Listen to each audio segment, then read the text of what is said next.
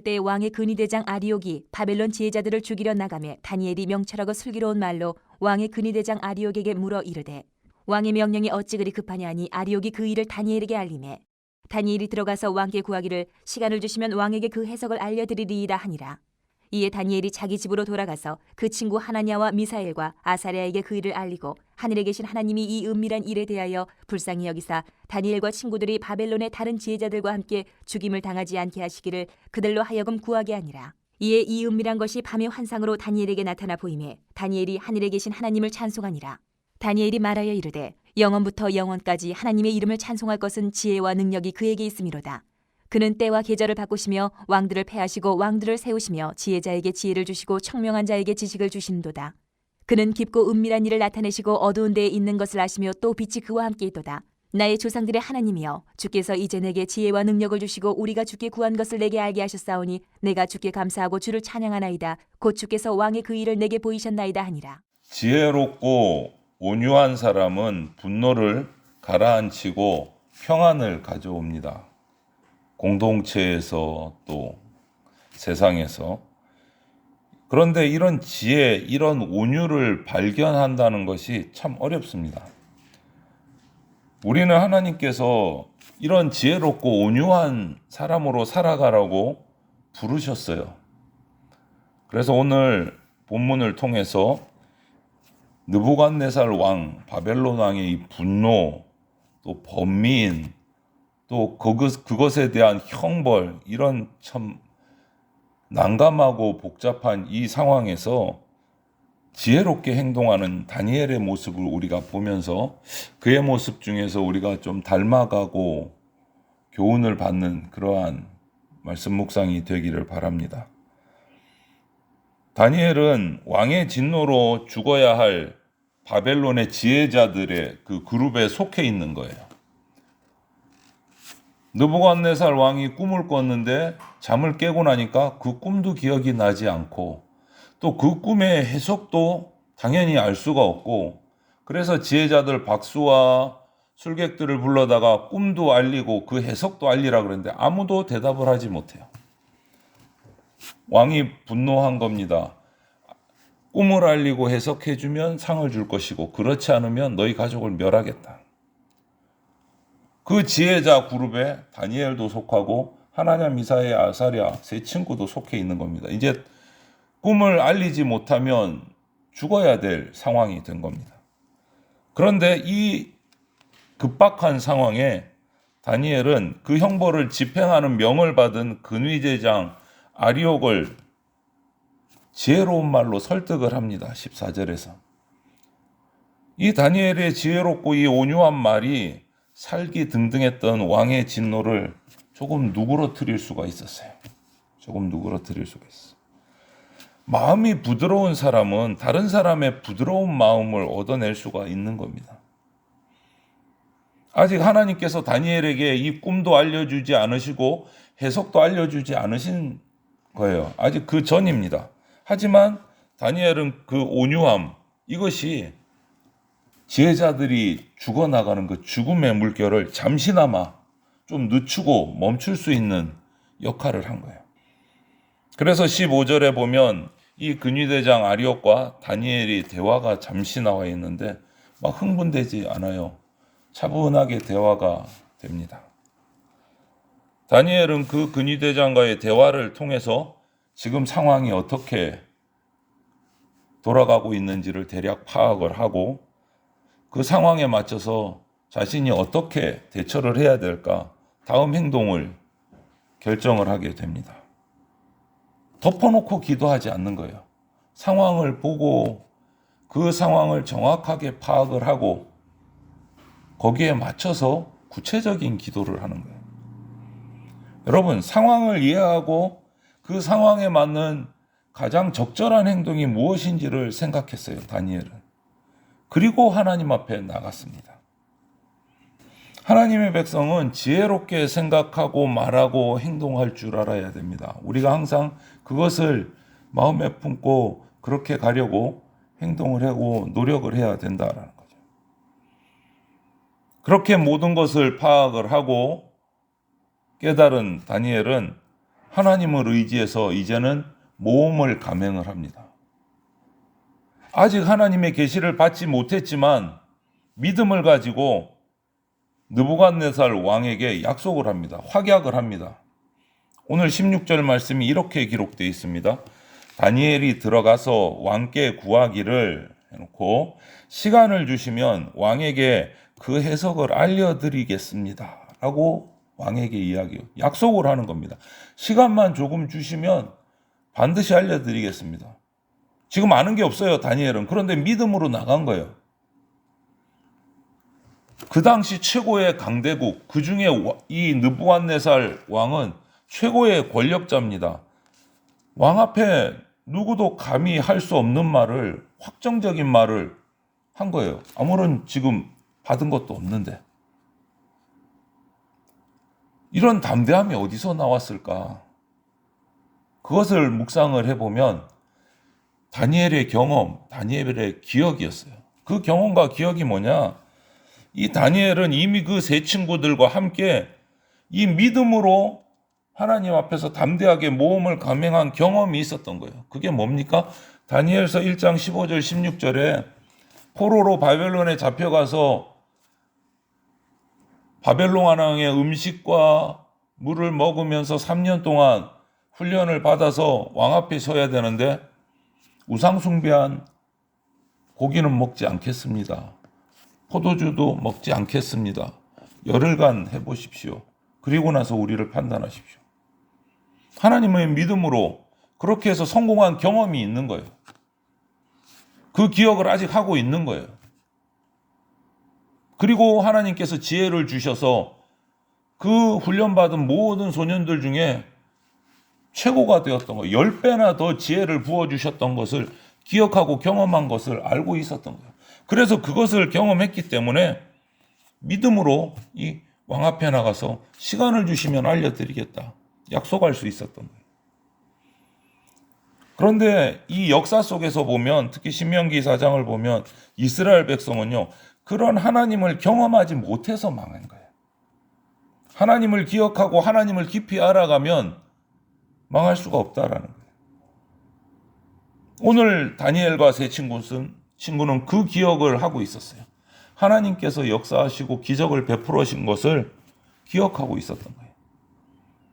그래서 다니엘은 왕에게 그런 약속을 하고 물러나와서 믿음의 세 친구들을 불러 모읍니다. 17절, 18절.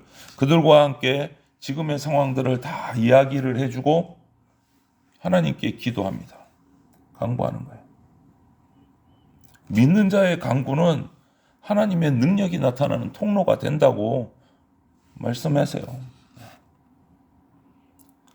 신실한 사람들이 모여서 하나님께 간구할 때 그곳에 하나님의 성령이 충만하게 임합니다. 그때 그들이 기대하지도 못했던 방법으로 하나님께서 놀라운 일들을 성취를 하신다라는 거예요. 예를 들어서 사도행전 12장에 보면 복음을 전하던 베드로 사도가 옥에 갇힙니다. 체포가 돼서 옥에 갇혔을 때 교회의 성도들이 사도가 옥에 갇힌 소식을 듣고 같이 모여서 애타게 기도합니다. 베드로 사도의 그 옥에 갇힌 문제를 하나님 앞에 올리면서 간절히 함께 모여서 기도해요. 함께 모여서. 그때 어떤 일이 일어납니까? 옥문이 열리고 천사가 나타나서 옥문을 열고 베드로 사도를 그 파수꾼들이 지키고 있음에도 옥직이 지키고 있는데도 베드로를 데리고 성 밖으로 데리고 나가서 탈출시켜 주잖아요. 베드로는 정신도 못 차리는 거예요. 정신 들고 나 보니까 벌써 성 밖에 나와 있는 거예요. 옥을 탈출하고. 그리고 그 성도들이 모여있는 데로 가서 문을 두드릴 때 성도들이 환영하고 맞이하는 모습들을 보게 돼요. 언제요? 함께 모여서 기도할 때. 함께 모여서 기도할 때 하나님의 역사가 일어난다는 거예요. 아무리 신실한 사람이라도요. 혼자 기도하면 힘들고 낭망할 때가 있고 무너질 때가 있어요. 혼자 있으면. 심지어 예수님께서도 마태복음 26장을 보면 십자가의 그 고통, 그 어려움을 앞두고 겟세마네에서 기도하실 때 제자들과 함께 있기를 원했어요. 함께 깨어서 기도하자. 함께 기도하기를 원하셨어요.